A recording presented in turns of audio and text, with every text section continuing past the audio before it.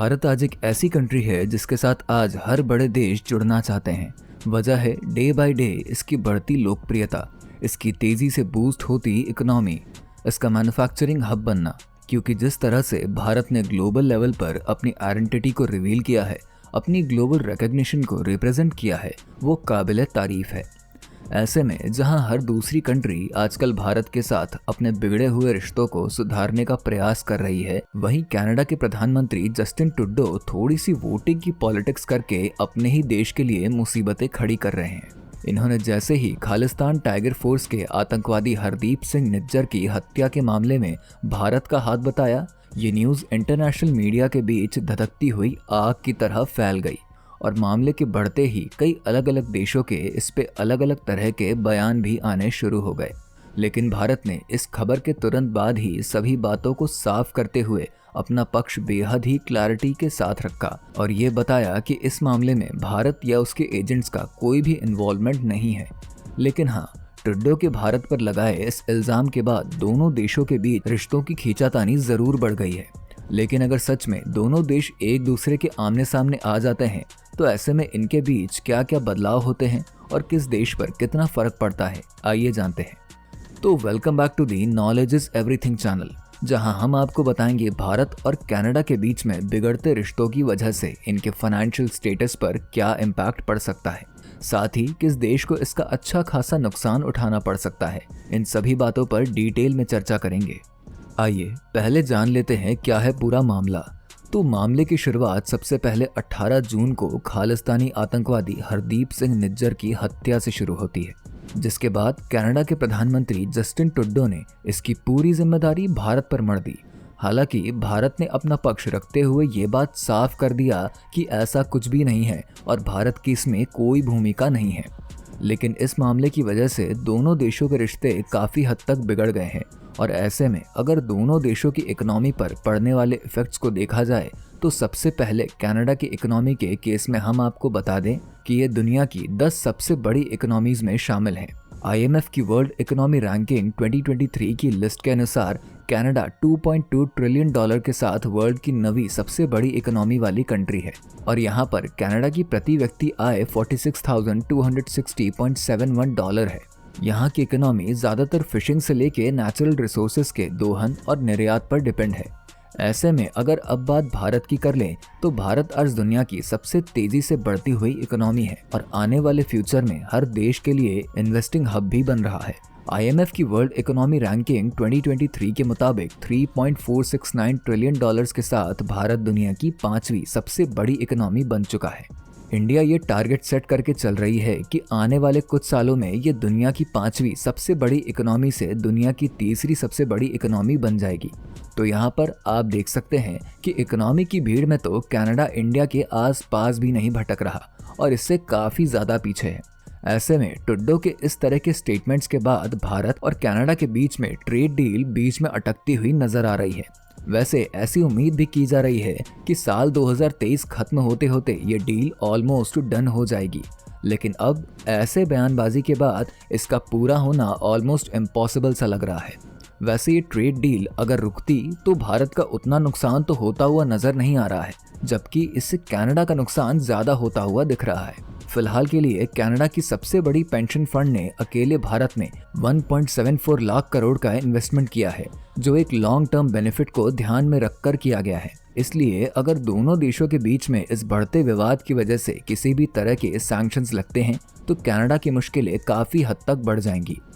Canadian pension plan investment board ने भारत की कई और दिग्गज कंपनीज में इन्वेस्टमेंट भी किए हैं, जिनमें ICICI, पेटीएम, जोमैटो जैसे कई दिग्गज नाम शामिल हैं। अब बात कर ले अगर आयात निर्यात के बारे में तो भारत ने कनाडा को 34,000 करोड़ का सामान निर्यात किया है, जिसमें telecom components, garments, marine products, auto parts, pharmaceuticals, steel जैसी कई चीज़ें शामिल हैं। और भारत कनाडा से कोयला, फर्टिलाइजर और कुछ दालें खरीदता है। ऐसे में फ्यूचर में इस तरह के किसी भी फैसले से भारत को विशेष फर्क नहीं पड़ेगा, क्योंकि भारत के पास कई और भी ऑप्शंस मौजूद हैं। इसलिए यहाँ भी सोचने की ज़रूरत कनाडा को ही है। फाइनेंशियल ईयर 2022-23 में इंडिया और कनाडा के बीच में $8 बिलियन का कारोबार हुआ, जिसमें दोनों देशों के बीच इंपोर्ट और एक्सपोर्ट ऑलमोस्ट बराबर है। इन्वेस्ट इंडिया के मुताबिक अप्रैल 2000 से मार्च 2023 तक कनाडा ने भारत में लगभग $3,306 मिलियन का निवेश किया है और इसी के साथ कनाडा भारत का 18वां सबसे बड़ा विदेश निवेशक भी है। वहीं बात भारत की करें तो भारत कनाडा का 9वां सबसे बड़ा बिजनेस पार्टनर है। कुछ आंकड़ों के मुताबिक इन्फोसिस, विप्रो, टीसीएस और कई और भारत की मानी जानी दिग्गज कंपनियों ने कनाडा में अरबों डॉलर का इन्वेस्टमेंट किया है। ऐसे में अगर भारत के साथ कनाडा अपने रिलेशन खराब करता है तो कहीं ना कहीं इसकी इकोनॉमी भी धड़ाम करके नीचे की तरफ आ जाएगी, जो किसी भी देश के लिए चिंता का विषय है। यहाँ के स्कूल से लेके यहाँ के कृषि क्षेत्रों में भी ज्यादातर भारतीयों का ही बोलबाला है। ऐसे में अगर कनाडा ऐसा कुछ भी कदम उठाता है तो उसे इसके काफी महंगे नतीजे भुगतने पड़ सकते हैं। दोनों देशों के बीच इस बढ़ती हुई टेंशन से कनाडा की वो कंपनियां जिन्होंने इंडिया में इन्वेस्ट कर रखी हैं, उनके सामने भी ये बहुत बड़ी परेशानी है कि कहीं उन्हें बॉयकॉट का सामना ना करना पड़े। कहीं ना कहीं इस मुद्दे को इस तरह भी देखा जा रहा है कि कनाडा की तरफ से ये सारी चीजें अमेरिका के स्ट्रॉन्ग सपोर्ट पाने के लालच में की जा रही है।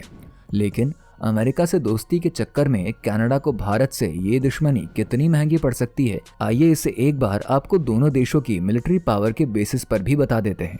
बात करें इंडिया के डिफेंस बजट की तो यहाँ का डिफेंस बजट लगभग 74 बिलियन जबकि कनाडा का डिफेंस बजट 26 बिलियन के आसपास है। वहीं अगर मिलिट्री पावर की बात करें तो जहां इंडिया की मिलिट्री पावर दुनिया की चौथी सबसे स्ट्रॉन्ग मिलिट्री है, वहीं कनाडा की यह मिलिट्री आर्मी 27वें नंबर पर आती है। अब बात कर ले अगर जमीनी ताकत के बारे में तो जहां पर इंडिया आर्म्ड फोर्सेस के तीनों ब्रांचेस में 14.5 लाख एक्टिव पर्सन मौजूद हैं, वहीं कनाडा में ये तीनों ब्रांचेस को मिलाने पर यह आंकड़ा 70,000 के आसपास जाता है। मेन बैटल टैंक के बारे में अगर बात करें तो जहां इंडिया के पास 4,600 टैंक्स हैं तो वहीं कनाडा में ये सिर्फ 80 के आसपास हैं।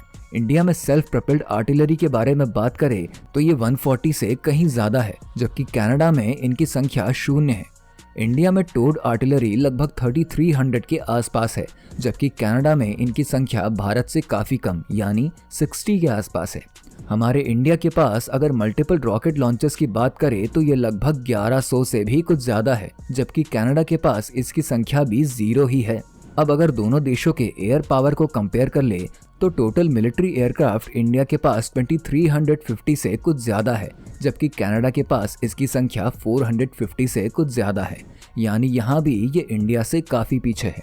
अगर हम इंडिया फाइटर जेट्स की बात करें तो ये इंडिया के पास 570 के आसपास मौजूद है, जबकि कनाडा के पास 90 के आसपास है। वहीं अगर ग्राउंड अटैक्स एयरक्राफ्ट्स के बारे में बात करें तो इंडिया के पास इनकी संख्या 130 है, जबकि यहाँ भी कनाडा के पास इनकी संख्या 0 है। अब बात कर ले अगर कॉम्बैट हेलीकॉप्टर्स के बारे में तो जहां इंडिया के पास कुल 130 हेलीकॉप्टर्स हैं, वहीं कनाडा के पास ये सिर्फ 6 ही मौजूद हैं। न्यूक्लियर वॉरहेड इंडिया के पास कुल 164 हैं, जबकि कनाडा के पास एक भी मौजूद नहीं है। अब बात करें अगर नेवल पावर के बारे में तो एयरक्राफ्ट कैरियर इंडिया के पास 2 हैं, जबकि कनाडा के पास एक भी नहीं है। वहीं हेलीकॉप्टर कैरियर दोनों देशों के पास नहीं है।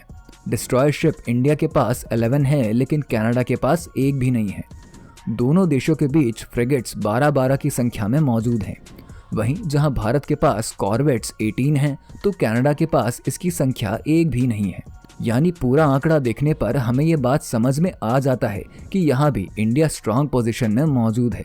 और अगर दोनों देशों के बीच आगे विवाद बढ़ता है तो इसमें इंडिया को तो कुछ विशेष फर्क नहीं पड़ेगा, लेकिन कनाडा को इससे अच्छा भला नुकसान हो जाएगा। फिलहाल आपका कनाडा के इस बदले हुए रवैये को लेकर क्या कहना है, हमें कमेंट में ज़रूर बताएं। अगर हमारी ये इन्फॉर्मेटिव वीडियो आपको पसंद आई हो तो इसे लाइक करके हमारे चैनल नॉलेज इज एवरीथिंग को सब्सक्राइब ज़रूर करें।